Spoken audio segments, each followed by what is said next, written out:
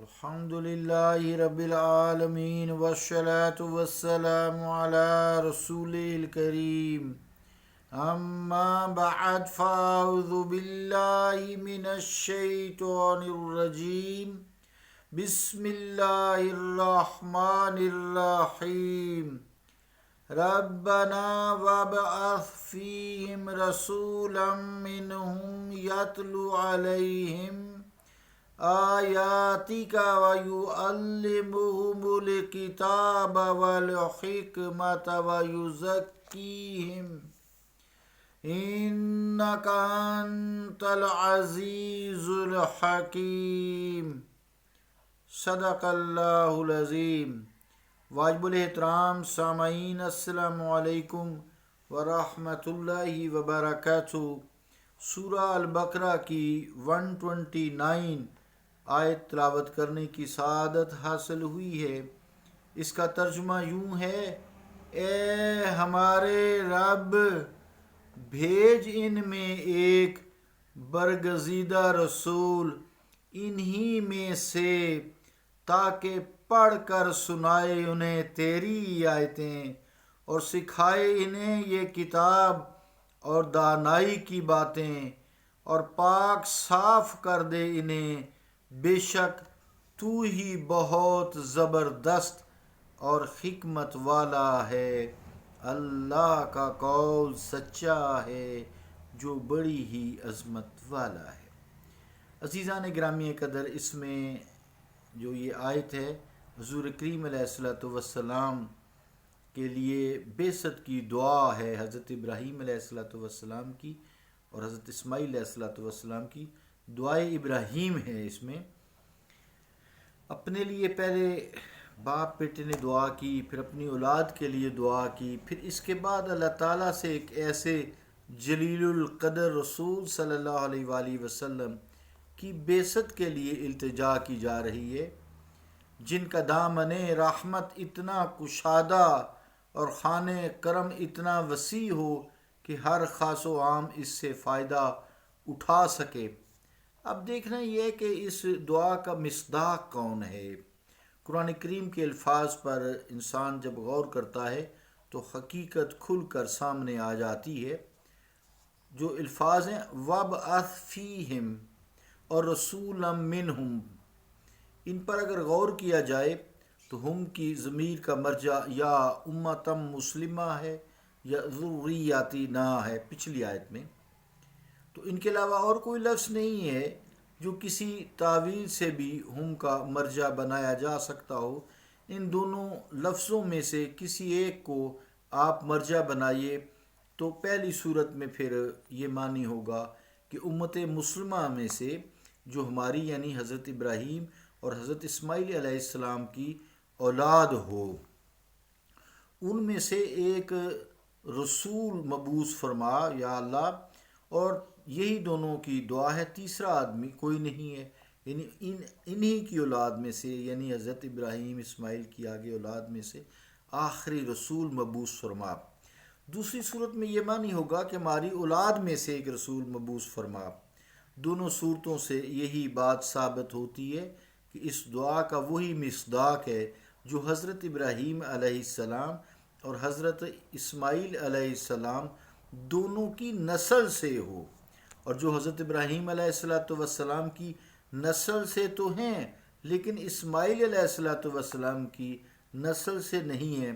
مثال ہے جیسے حضرت اسحاق علیہ السلام ہے، تو وہ نسل ابراہیم سے تو ہیں لیکن نسل اسماعیل سے نہیں ہیں، چونکہ ماں الگ الگ ہیں۔ وہ اس دعا کا مصداق نہیں بن سکتے۔ اور لطف ایزدی ملاحظہ فرمائیے کہ ان دونوں انبیاء کی نسل سے حضور کریم علیہ السلام کے علاوہ کوئی رسول مبعوث نہیں ہوا، بلکہ اتفاق دیکھیے اور اللہ تعالیٰ کی حکمت دیکھیے کہ اللہ تعالیٰ ہر چیز پر قادر ہے۔ کسی کو جھوٹا نبی دعوت ہونے کی بھی توفیق اللہ تعالیٰ نے نہیں دی۔ کیوں؟ اس لیے کہ حقیقت ہر شک و شبہ سے بالا تر ہو جائے، کہ ہر چیز شک و شبہ سے بالا تر ہو جائے کہ وہ ذات مصطفیٰ علیہ الصلاۃ والسلام ہی ہیں، اور یہی حقیقت ہے جس کے لیے حضرت ابراہیم علیہ السلام اور اسماعیل علیہ الصلاۃ والسلام دعائیں کرتے رہے۔ رسولاً جو ہے یہ مفرد ہے، اور نکرہ مومنون استعمال ہوا ہے، جس سے اس امر کی طرف اشارہ ہوتا ہے کہ وہ ہوگا بھی ایک اور ہوگا بھی بے مثال، صاحب شان عظیم۔ الحمد للہ الذی جعلنا من امتہ، سب تعریف اسی کی ہے جس نے ہمیں آپ صلی اللہ علیہ وآلہ وسلم کی امت سے پیدا فرمایا۔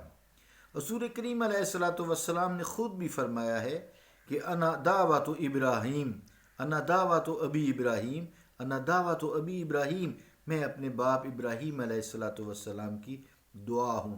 تفسیر کبیر زیر آیت ھذا جلد 2 جز 4 صفحہ 72 اور 73۔ آگے جو آیت ہے کا حصہ ہے، آیت کا جو حصہ ہے، یتلو علیہم آیاتک، یہ پھر آپ کے فرائض آگے، تو رسول کریم علیہ الصلاۃ والسلام کے یہاں فرائض گنوائے جا رہے ہیں۔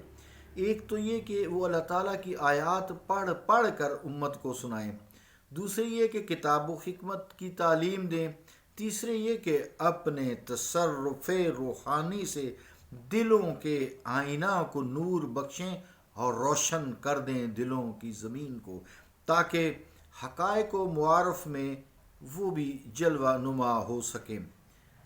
حکمت سے کیا مراد ہے؟ وَيُعَلِّمُهُمُ الْكِتَابَ وَالْحِکْمَةَ، تو حکمت سے مراد یہ ہوتی ہے، اس کو سمجھنے کے لیے بہت بڑے فتنے کا پھر اصولی رد بھی ہو جاتا ہے اگر کوئی شخص حکمت کو سمجھ جائے۔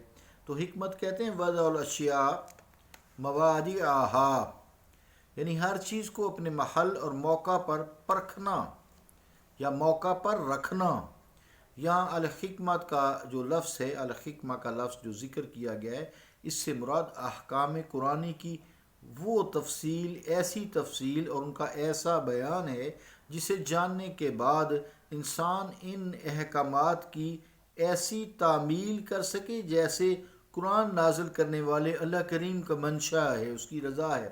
اور نبی کے فرائض میں صرف یہی نہیں کہ قرآن مجید صلی اللہ علیہ وسلم، یعنی آپ قرآن مجید فرقان حمید سکھا دیں، بلکہ اس کا صحیح بیان اور تفصیل بھی سکھائیں، تاکہ قرآن پر لوگ اللہ تعالیٰ کی رضا، اللہ تعالیٰ کے منشا کے مطابق عمل کر سکیں۔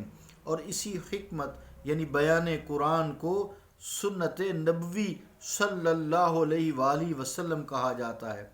دوسری متعدد آیات میں اس امر کی وضاحت کر دی گئی ہے کہ حکمت یعنی قرآن یعنی نبی صلی اللہ علیہ وآلہ وسلم کا بیان ذاتی اجتہاد نہیں ہو سکتا، بلکہ وہ بھی اللہ تعالیٰ کی طرف سے نازل کی جاتی ہے۔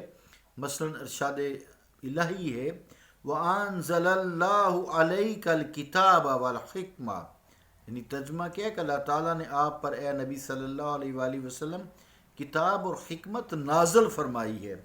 اس سے یہ بات ثابت ہوتی ہے کہ جیسے قرآن مجید کی اطاعت فرض ہے، اسی طرح صاحب قرآن محمد مصطفیٰ صلی اللہ علیہ وآلہ وسلم کی سنت پر عمل کرنا بھی اتنا ہی فرض ہے۔ اس سے ان لوگوں کی اس غلط فہمی کا ازالہ بھی ہو جاتا ہے جو سنت نبی صلی اللہ علیہ وآلہ وسلم کو ذاتی رائے خیال کرتے ہیں اور اس پر عمل کرنا ضروری یقین نہیں کرتے۔ اللہ انہیں ہدایت دے۔ حالانکہ قرآن نے کئی مقامات پر بھی کہا ہے، سورہ نجم میں فرمایا ہے وَمَا يَنْطِقُ عَنِ الْهَوَىٰ، میرے مصطفیٰ تو کوئی چیز اپنی خواہش سے نہیں کہتے، نہیں بولتے۔ وَمَا يَنْطِقُ عَنِ الْهَوَىٰ، میرے محبوب علیہ الصلوۃ والسلام جو ہیں اپنی خواہش سے کوئی بات نہیں کرتے۔